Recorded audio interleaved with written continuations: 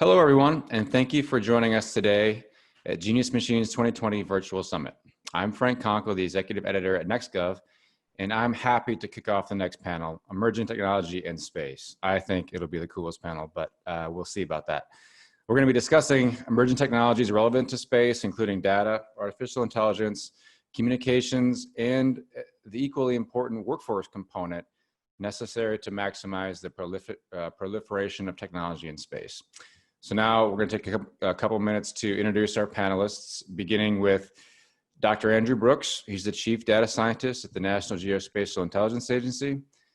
Then we have Douglas Terrier, Chief Technologist of NASA, and Aline Vidrine, the Chief Data Officer of the U.S. Air Force. Let's begin with you, Dr. Brooks. Tell us a little bit about yourselves and your mission. Certainly. Thanks, Frank. I appreciate the opportunity to come and share some of the stories and experiences here at NGA, and definitely is meet with some of my colleagues here in the federal government. It's great to hear and share the stories of what we're doing, but also too is I want to hear what they're up to and appreciate the opportunity to have a conversation. So who is NGA? NGA, we're a part of the intelligence community. We deliver world-class geospatial intelligence that provides a decisive advantage to policymakers, warfighters, intelligence professionals, and first responders. So essentially, what is that? Geospatial data, anything with a longitude, a latitude, and a timestamp. Traditionally, it's come from like satellite or overhead imagery. There's all different types of sensors. Increasingly, what we'll talk about probably today is sensors up in space. And what we do is we bring in that data from those various sources, analyze it, and then provide it to folks to make key decisions, anywhere from disaster response to special operations teams to the president to Congress and a huge swath of folks. In my role, I'm the chief data scientist. And what is that? I mean, that's really one where we're evolving what that is.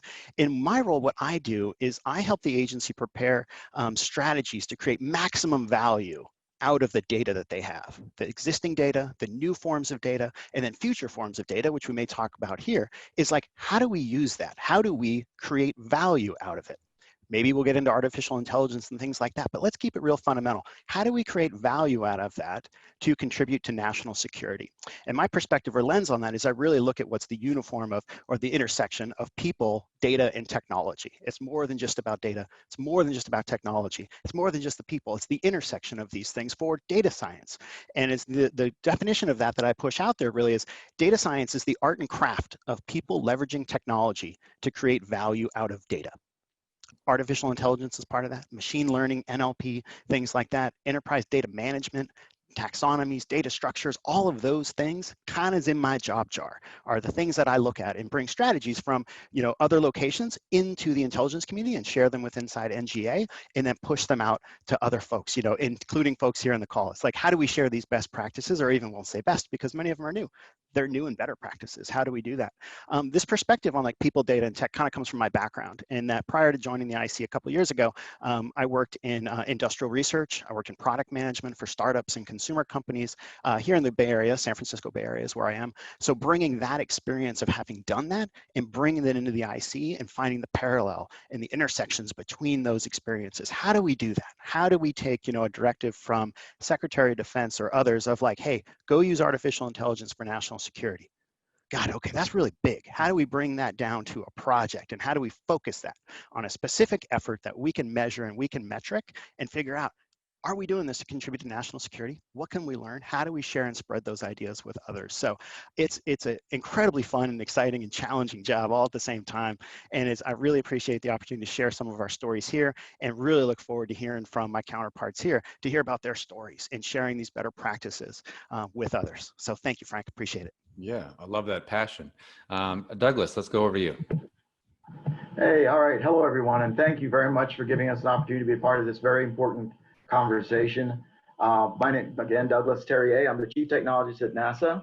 And I'm responsible, my job basically is I work for the administrator to basically tee up all of the new technologies that we need to be successful in our missions ahead, the advanced technology work, and set the strategies and investments in that. And certainly key to that is what we're going to talk about today: digital technologies, artificial intelligence, data, et cetera. So I'm going to just quickly go over, for those who may not be familiar with the key missions that we have coming up, and it is an exciting time in space exploration. Talk about how those technologies that we're discussing today are not just enabling, but absolutely essential for our success in these really ambitious missions. And I'll just mention digital transformation in our workplace, how we're transforming our workforce and our workplace to better take advantage of that. I think everybody knows we've got a cislunar, we have an economy in space that is already valued at somewhere near $500 billion. And we expect that to grow to trillions of dollars in the coming decade. So clearly leadership in cislunar space is vital to the economic as well as the strategic interests of the United States.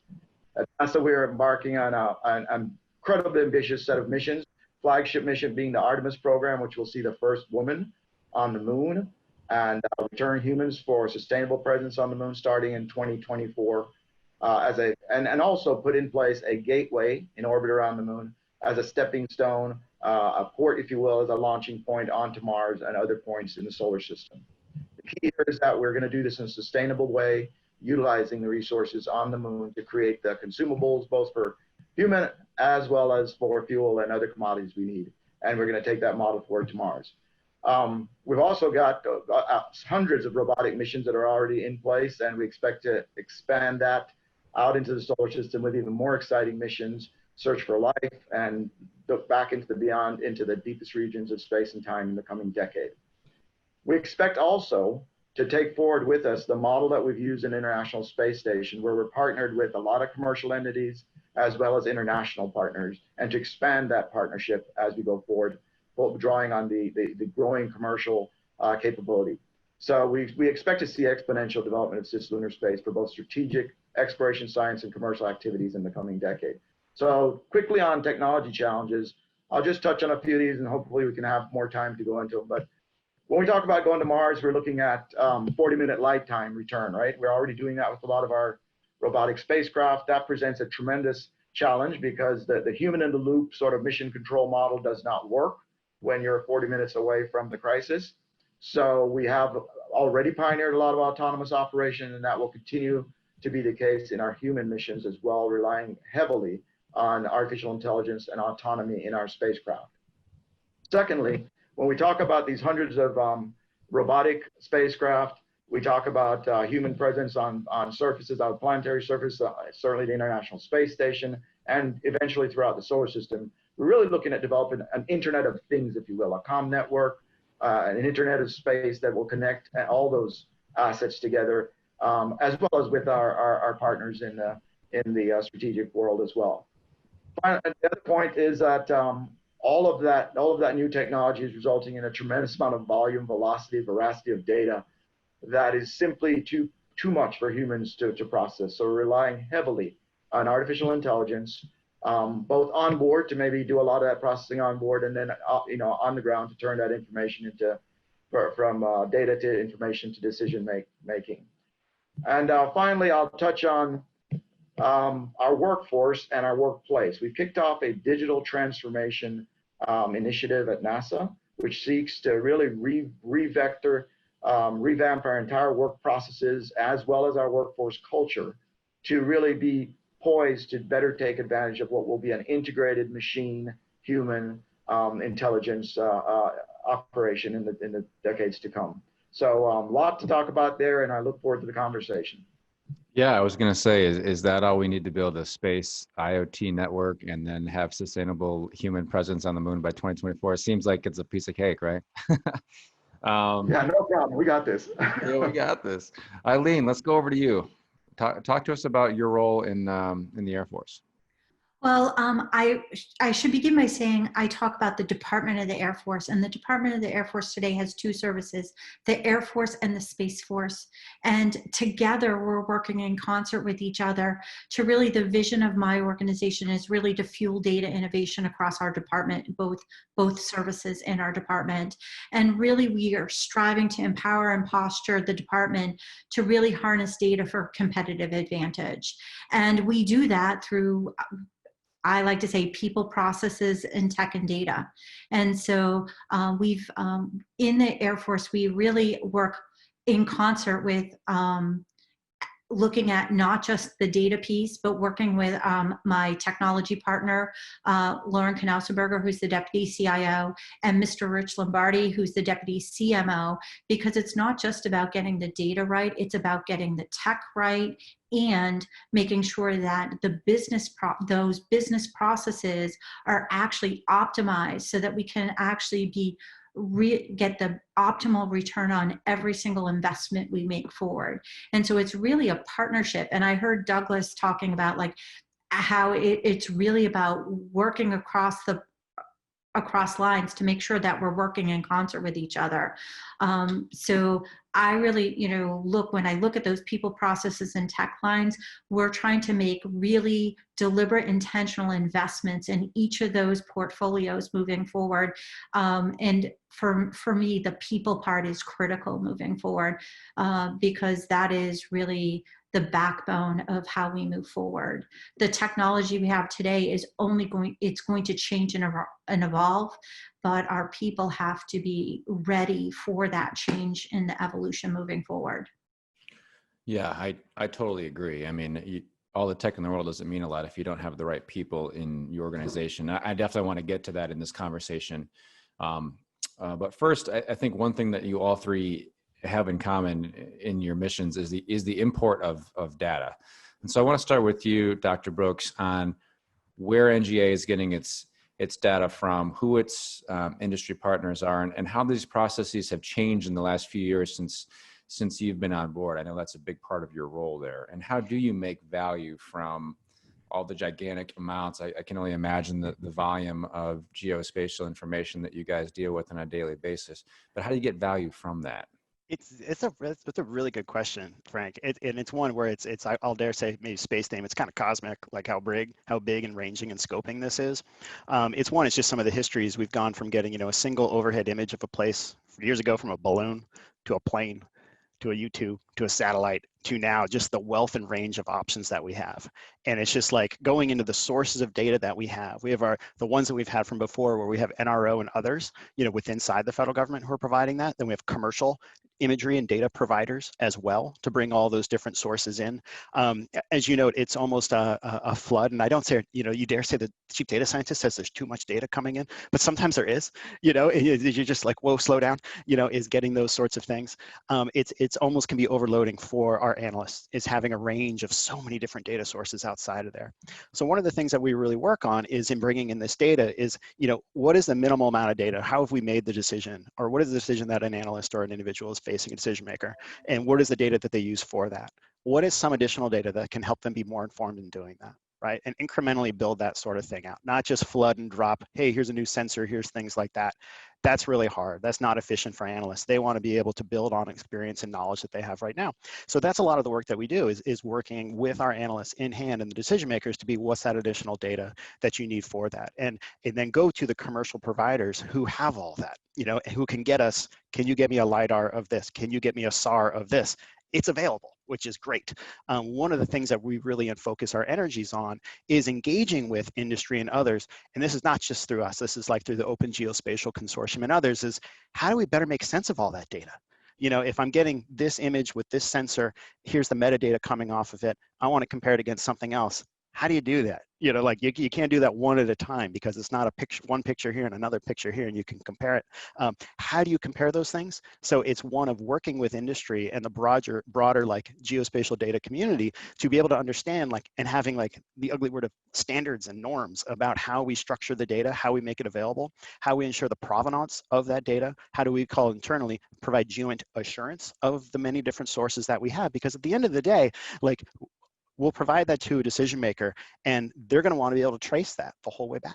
Where did it come from? What sensor did it come from? How is it manipulated? Manipulated, not a bad way, but just how is it moved? How is it changed and all of those sorts of things. So it's one for us, it's so big in scoping and expansive for what we can do.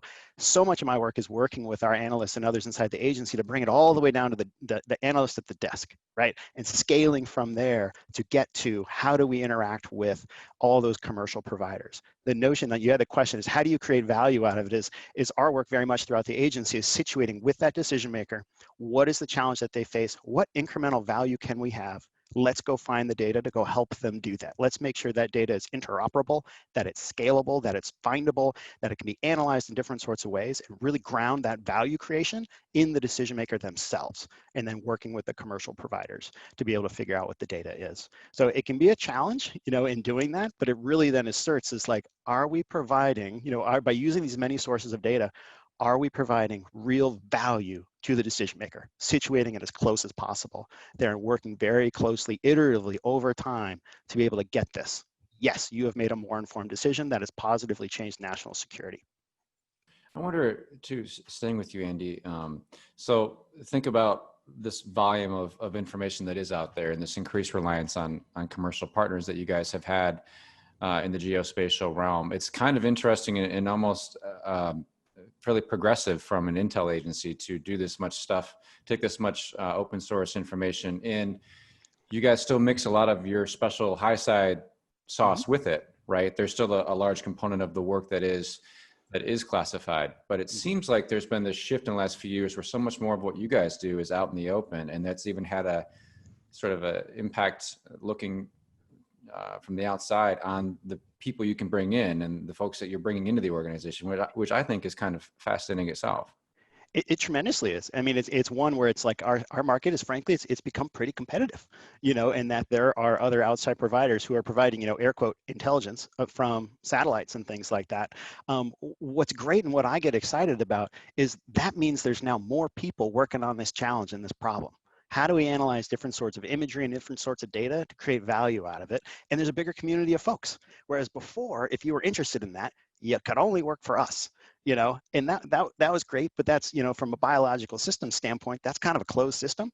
And if we can open it up in very smart and deliberate ways, like what we're doing now, speaking abstractly, all of a sudden there's a broader community of folks, different perspectives, different backgrounds, different experiences, different questions, different techniques and things like that at the other, you could call competitors, but the other folks in this commercial data space that for me, like for hiring data scientists and data professionals, that's great because you've got people who are already literate with creating value out of geospatial data, which is like real different than like the prior work I'd done, which was a lot of consumer-based kind of data about people. This is very different geospatial data and how you create value out of it. And from a technological standpoint, it's different. So the more folks that we can get having that experience helps for our recruiting, helps for our workforce and the diversity and the locations and all of that. And it's one of having so many people involved over the long term is going to be that much better for us being able to deliver our mission. The workforce that we're going to have, the skills, the backgrounds and things like that, the community is getting so much bigger and so much richer and larger that we're going to do better work through that, which is a tremendous opportunity for us. And really to put a button on it, I mean, that's important for national security because a large part of what you guys do is you're taking in this geospatial data from whether it's NRO or commercial partners and then making sense of it because you're informing policymakers on decisions that could have life or death consequences and affect national security on the daily. So very interesting there. Let's go to NASA, Doug. So what I guess what are the technologies that we should really be paying attention to and seeing in space? You said creating an Internet of Things in space. Now, just in earthly terms, we've seen that term really change in meaning over the last 10 years or so, I think. Everyone has a mobile phone in their hands. We're all part of this global Internet of Things network. But what does it mean to increase some of these capabilities into space? And the big question is, for me, is how do we go about doing that? That's a great question. So yeah, realize that when we talk about expanding operations, sustaining human presence on the moon and then eventually on Mars, and we've already got, as I said, robotic spacecraft that are operating, have visited every planet in our solar system and literally have left the solar system into interstellar space in Voyager 1 and 2. So how do we keep all that linked up and communicating together? And we really need to have a very high data integrity, secure data networks that connect all that and have essentially an internet in space. So I'll just talk a little bit about why that's so important, because we have, as I said, we have all these assets, many of which are going to be operating autonomously for long periods of time. We already do that in Mars because, again, of the 40-minute flight time, it's impossible to have human in the loop. We'll have that same situation with our human missions when they're, go out beyond the moon to Mars and beyond. And we simply can't use the typical human in the loop control model that we've used in the past. So necessarily, we're going to have to embed all that intelligence, if you will, in the spacecraft, in situ with the crew. but connecting all of that stuff together in a way that we can get data and knowledge to any point in that network and can have access, again, because of the latency of signals. We have to be able to have, if you will, that internet kind of capability where they can download and have access to everything, knowledge in medical, engineering, spacecraft systems, whatever that's needed in the local environment. And again, we have the problem that we have to essentially create that network. So we of course share the TDRS network with many of our strategic partners in the region around the Earth. As we go out to the Moon and Mars, those networks don't exist. So necessarily, we have already created orbiters around the Moon and Mars that essentially form nodes in a data link, nodes in a network, and provide those nodes for communication. The gateway I mentioned before will be actually located in a position in a Lagrange point, which gives us access to the far side of the Moon. So we'll be able to have communication with the entire surface, including the parts that are obscured from our view from Earth. So that it's a very complex capability set that we need to put in place, and we're already doing that. As I said, the good news is we're already done that with our robotic systems and proven the feasibility of doing that and very effectively. Where we are running into trouble is that the second point that we kind of touched on, just the volume of data. The bandwidth is far exceeding now our legacy systems, both and exceeding, frankly, the bandwidth of humans to interact with that data. So we're looking at, as a part of that, if you will, internet in space is really about creating intelligence in each of those nodes that can do a lot of the processing locally.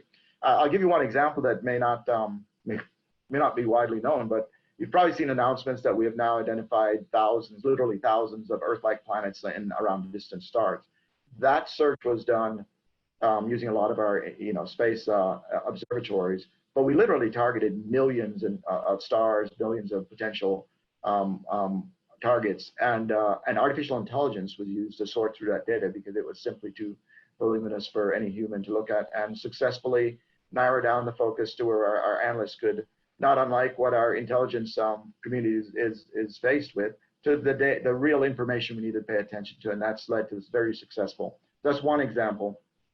So we need to figure out how to do more processing, more intelligence on board in each of those nodes in that network, and then of course the comm links has become next. The pipe is a problem, so we're looking of course at optical comm that provides us with a lot more potential for data rate. We've tested space optical comm on the International Space Station, and we expect to see that as a vital link in the chain between these nodes.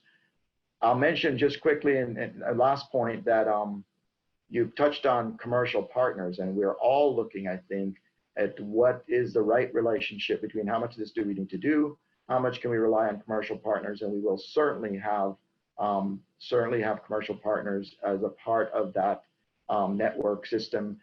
Some of the big providers are already talking about extending the cloud to space and making that available as a platform in space that we can also draw on. So it'll be an interesting balance between our need for security and integrity and of course our partners in the strategic areas with how much we can really draw on the rapidly developing capabilities in the commercial sector.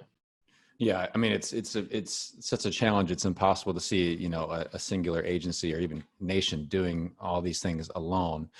That example about the finding and locating planets, I think that's always an interesting one, because we in the media will write these stories about, oh, NASA identified 2,000 planets that are in the habitable range or something like that.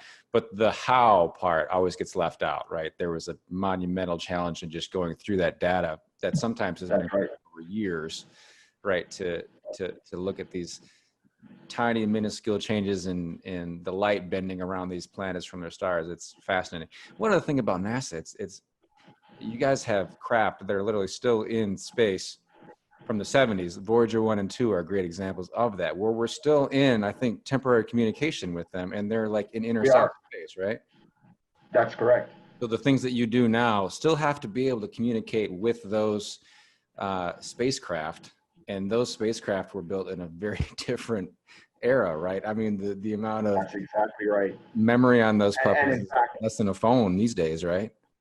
oh, much less. And the baud rate, comm that we get, not only because they were from the technology at the time, it was already a pretty small pipe, but with the distances they are now, literally outside the solar system, because of the signal to noise ratio is so just really down in the weeds now. We're talking very low comm rates now. And again, if you look from those spacecraft in the 70s, and you could, as you said, many of our spacecraft from the 80s and 90s are still in service, and we have a very broad range of capabilities. So much like with the latest version of Microsoft Windows or whatever, we've got to make sure everything's backward compatible, because we want to take advantage of all the that Internet of Things includes a lot of those legacy systems that still provide very useful data. Right, right. So Eileen, we know the Air Force is a pretty large organization, and now, as you mentioned, you're overseeing the data ops for Air Force and Space Force. So walk me through some of the challenges that you guys have. And I also have a question around some of the innovations that you guys have done. I've been reading a lot about Cloud One, for example, and just find it really interesting, some of the work that you're doing here. And what it's freeing up, I mean, it seems like a lot of these processes are helping free up time for airmen themselves. Well, it's a really exciting time to be in the Department of the Air Force, because it's really about driving culture change and innovation. So there's a lot of great work that's specifically being done on the Space Force side under the leadership of the Chief Technology and Innovation Officer, Major General Kimberly Kreider, who is really leading that particular component on the space side with the Unified Data Library, which really a fusion of these open source and government data sets coming forward, and really trying to make things actionable, which I think is a really exciting time. It's one thing to have great data, but to have actionable data, which brings us to a lot of the innovation components. It's what I find most exciting about the Department of the Air Force is any air or space professional at any level can actually have an amazing idea that can actually matriculate up to the top very quickly. So it's really about driving innovation very quickly. The department has an innovation cell called AFWorks, and they do a lot of really great opportunities to bring new capability into our department. Whether it's last year they did a multi-domain operations challenge, which is now joint oil domain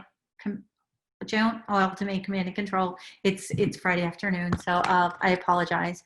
But the reality is that particular challenge started with over 300 different vendors that typically don't do work with our department, and they pivoted it down to 30 over a series of demonstrations.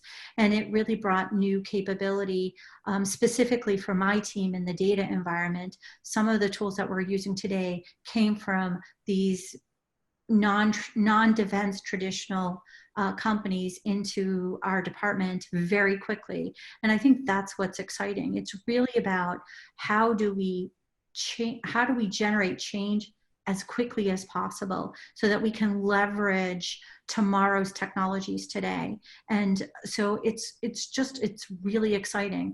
The other piece that I will say is that we try very hard to think outside the box in terms of where can we get access to great capabilities. And one of the innovative ideas was to actually set up an accelerator for artificial intelligence at MIT in Cambridge. So we have air and space professionals today sitting at MIT working with some of the best AI and machine learning researchers on the planet to drive our problem sets. Earlier this year, we ran our first Datathon, which was a partnership between my organization, AFWorks, that innovation cell, and that MIT AI accelerator. And the result of that competition was we took a problem set that came from the field, and we came up with a high-end solution in a relatively short period of time, and we could take all of the solutions and take it back to that accelerator and really fuse them together and really perfect it using that minimum viable product and just pushing for excellence in everything that we're doing. And that is, I think, for me, really exciting, because the answers are coming from our air and space professionals at all levels, operational, tactical, strategic. It's really a holistic approach, which for me is really exciting. Well, Air Force, I mean, it's kind of fortuitous in a way that we have you three here, because all three of your agencies are considered very progressive in what they do, technologically speaking, right? Air Force it has that reputation among the military branches too. Eileen, staying with you for a minute, what are some of the technologies that really get you revved up, that get you interested in the next, say, 3 to 5 years, that there's a high importance on for you to bring into the Air Force? I'm looking at anything that is going to save my airmen time. And space professionals. I have really great, smart air and space professionals, and I want to be able to use their amazing critical thinking skills at the optimal levels. So anything that I can do any technology that's going to help me automate some of the daily work so that I can actually use my really smart professionals for the high-end level work, the better. And the faster I can do it, anything that's going to help me ingest and make that data actionable as quickly as possible is super exciting. I don't want them spending tons of time doing the manual efforts. Just a year ago, I brought my first data science intern into my organization, and he went from entry-level use case to AI algorithm development in his 12-week summer internship. But I think more importantly is I asked him, what are your colleagues doing for their summer internships? And he came back because he truly believed he had the best internship, because we could offer really great critical thinking opportunities for him. And today that intern is actually a full-time employee in my office. Those are great. I mean, that's a great pivot to talking about from technology that's implemented to the people quotient of this. I mean, those are examples you love to hear about it in government. Unfortunately, they're not always as common, or at least they don't get the attention that perhaps they should. What are you guys doing strategically to target talent coming in and to retain the top talent that you have these days? And Eileen, we can start with you, and then I want to go to Dr. Brooks and Douglas as well on this question, because I think it's a really important one, just to lay the groundwork.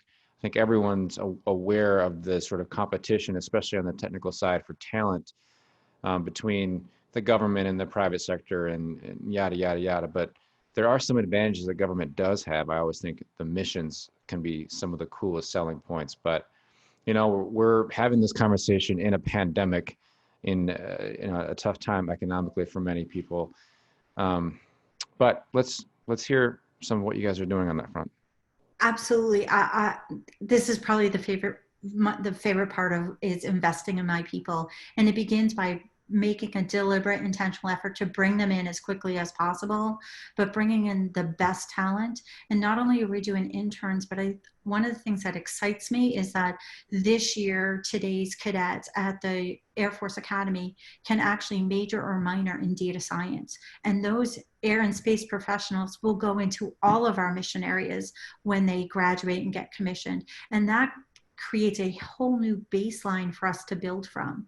But it's not just bringing people in, it's how do we keep them there, and how do we upskill and really upgrade and maintain our skills.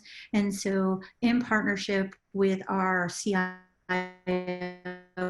office, under the leadership of Lauren Knausenberger, they've set up Digital University, which brings amazing high-end quality commercial online capabilities for our air and space professionals. But it's not just about doing online content in a self-paced environment.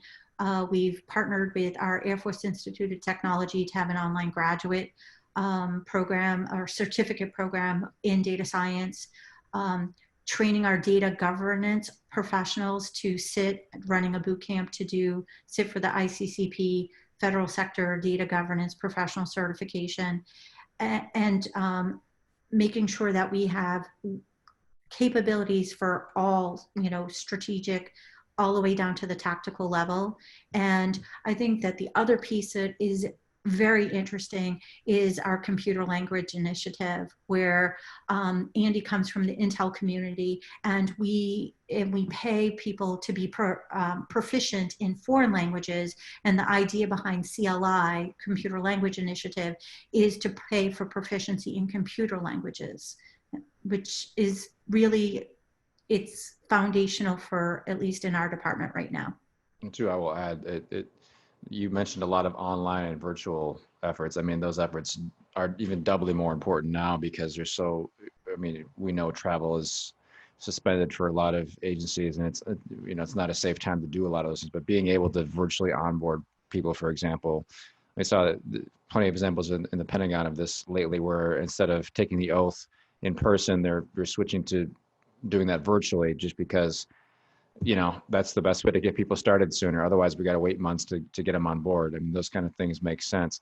Dr. Brooks, I talked to you 3 or 4 years ago when you were first coming into NGA, and I remember a big part of our conversation was around many workforce initiatives that NGA has. Talk to us about how those have gone and how you're handling those problems too. Good question. Yeah, it was about 3 years ago. And I dare say they've gone really well, in the sense that, the challenge that we had is, how do we bring on and train internally our data science skills, our data literacy, our data savviness. And one is that, when I first joined, I worked with a team called Data Core. And in that, we recruited about 75 people to come be data scientists and data professionals for the agency. And in the recruiting of that, these were all, majority of these folks, many of them were from outside the intelligence community and outside the federal government.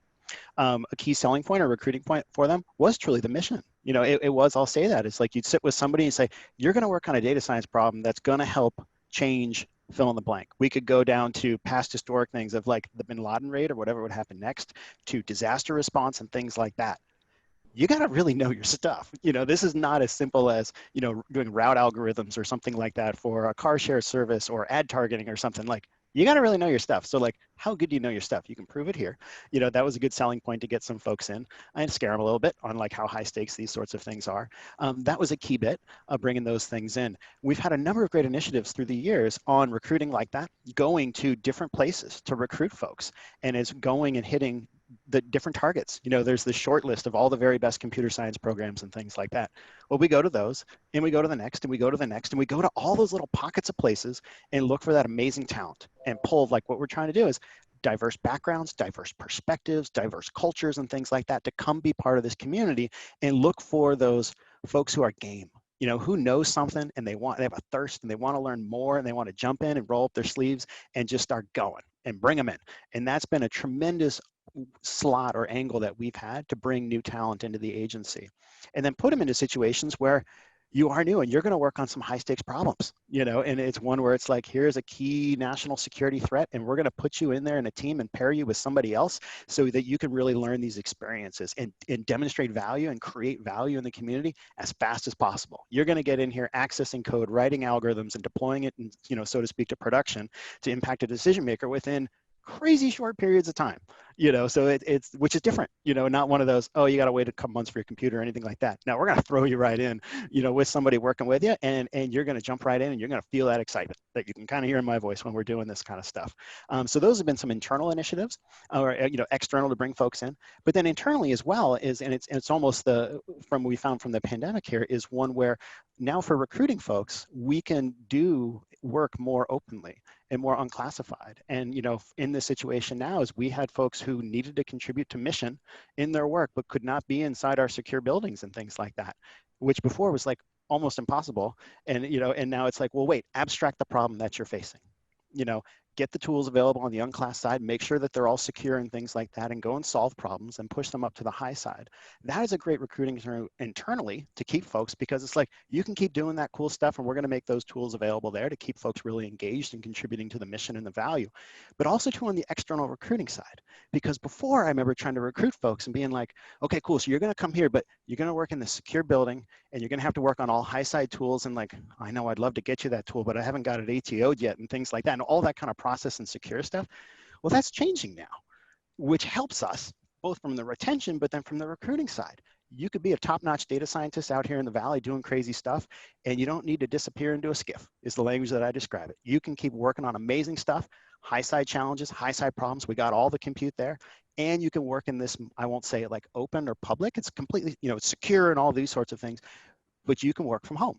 You can work from those locations and be in different sorts of spots, and not just work, but then do, as Eileen noted, it's like the training in the curriculum is just one where we have now opened it such that we can develop our talent internally. We have a phenomenal internal NGA college that, has the classes that you want to go from being, a baseline data scientist to super high end to someone who's just kind of like, I'm kind of interested in this whole AI thing, and I want to be part of that. We go, great, you can come take this class. Here's your path. You can get up there and to go do that. That's what we really want. I love it when we've got folks internally who maybe they've been, an imagery analyst or a geospatial analyst for a number of years working on this desk, and they got some questions about, hey, I think we could do something better with data. You go, you know what? We can't. Let's teach you how to do it. Let's get you into that class, into that program, into that community of practice inside the agency for you to start being able to do these things. And then 4 or 5 years from now, you could be running AI efforts for your team, developing those opportunities internally. That's tremendous. Like I got some colleagues in industry and stuff, and they kind of get jealous of those sorts of things, that internal, like real mentorship model that we have, and this training path, and this like deal that we're going to commit to our employees. Like, you're part of this community, you've done this work, let's get you in. We're going to give you the training, get you to the conferences, get you the classes so that you can do all this work inside the agency and just scratch that itch, that nerd interest in doing stuff with data. Great, let's get you an opportunity and let's add that to the mission. And I'll wrap up too, is there's the challenge too, and in doing that, it's like, well, you kind of open it that they might leave, and that's a reality, as folks might go do that. And it's one where it's like, maybe they want to go work on a different challenge or in a different industry or something like that. That's inevitable, and we have opportunities perhaps to recruit them with incentives or, retention bonuses and things like that. But also I look at it too, is that's kind of a natural part. I'll go back to the organic systems part. People flow in and they flow out. And what I would love is, is someone who comes in, we develop these things, they do some amazing work, and maybe they've got an awesome idea and they want to go create a product or a service outside that complements the national security mission, or they want to do an external, algorithm analysis group or something. Great, go do that. Go build an awesome product. That would be great. Come back, improve what we're trying to do, or go work for, an Amazon or a Google or something like that, and share the story of what the national security community is, what it works, what's it like to work in the DoD, what it's like to work in the federal government. Share those positive stories. But before you go, like, give me the names of 3 or 4 of your friends that we can talk to about bringing in, to come join us to build this. Again, like I harp on it, really, it's like this community of folks who are trying to do great, cool things with data for the federal government. Go work somewhere else, get some ideas, come back. Tell me who your friends are. If you're going to leave us, you want to go somewhere else. Hey, Eileen, I got a hot shot something. You got anything there? Or how can we route over there? Or Douglas, can we route somebody to NASA? How do we keep them in the family, so to speak? And if they're going to go, just say like, hey, this is, Director Sharp says, it's like, this is Hotel California. You can try to check out, but you're coming back at some point, and it's just like, just get them in and get them out. It's really that flow. But yeah, it's I get with, like Eileen, I get really jazzed on the people part of things, because so much of what we're really trying to do comes down to the people and how they use the technology and the data that they're doing. But the foundation, it's the people part. And NGA is just so fortunate and such a tremendous crew of people that we have in our workforce. I was going to say, I think the impetus to open an office out there was itself a good decision, and one that really stakes a foot in the ground, or puts a stake in the ground on what the intent was to really go after Nerd Central, as you coined it, and give them some challenging mission work. Douglas, let's sort of wrap up our conversation here with you on the same recruitment issue. I know NASA is always among the top places to work in the federal government or anywhere by reputation alone, but talk to me about some of the efforts, and especially on the technical side, what kind of folks you're trying to bring in, and what positions are of import here in the near future for you. Yeah, and I'll just mention that I think yesterday the president released a national strategy for critical and emerging technologies, recognizing this as a national imperative, outlining how the U.S. will promote and protect our competitive edge in fields from AI to quantum technology, quantum information sciences, communication networks, et cetera. So it's recognized, I think, at the highest level. This is a strategic and competitive imperative for the United States. We're very fortunate at NASA because, frankly, our missions have always, I'm among that generation that were excited by the Apollo missions, and we are, as I pointed out in opening remarks, I mean, we are in one of the most exciting times in the missions ahead of us. So we are very fortunate that we're able to attract top talent, but it is true that we're all kind of fishing in the same pond, and we have to do everything we can to increase the flow through that pipeline of the STEM qualified folks that are coming through. I think Eileen touched on a very important point that I want to come back to, and that is that the rate of technology refresh is just exponentially changing, a lot driven by the fact that we've got machines as part of our workforce, right? Machine intelligence increasingly part of our workforce.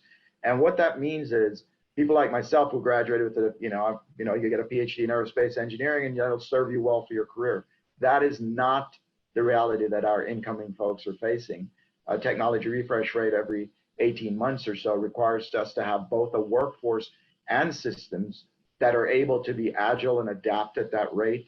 And the second point, back in the 70s, 80s, 90s, much of the high technology work was occurring within the community that we're talking to here. Much of that work is going on in the private sector now. So this idea that Andy talked about having a cross-flow, cross-talk, and really flowing not just maybe people as well as ideas in and out of those other sectors of the economy is equally important. We have an initiative, we have an innovation initiative, which is one of my jobs. I'm the champion for innovation at the agency, and we're looking at how do we develop that innovative workforce that can that recruit and develop that workforce that can operate in this changing environment. Big part of which, of course, is digitally transforming our internal processes and so on. But the way we define innovation is transforming diverse ideas into value.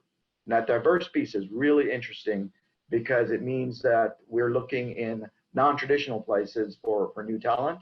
We're also talking to non-traditional industries and partnering with non-traditional industries to ensure that we're getting that crosstalk of information. And we really approach our innovation portfolio in kind of four areas. In obviously the people, the recruitment and development of people I mentioned. We also look at how our practices, our internal processes and structures, everything from business process to engineering processes, how can we digitally transform those to be attractive and keep pace with the pace of innovation and be exciting for new people coming in. And innovation in partnering, how do we expand what is overused term, but our innovation ecosystem. Turns out most of the smartest people in the world, some of them are outside the fence. How can we expand that while ensuring our security and integrity? And then up the fourth, reaching into our portfolio in doing that. So we've really, I think we've gone to great lengths to set up a host of programs. We have, at last count, I think 146 different innovation initiatives that are specifically targeted at reaching out to non-traditional folks, not just, and by the way, they don't all have to join NASA. They can they can be folks that we're reaching out to. We're doing a lot of work ranging all the way from crowdsourcing, where we, literally put out challenges, and I think the other agencies are doing that as well. So that workforce is literally, accessing the entire, smart people all around the globe.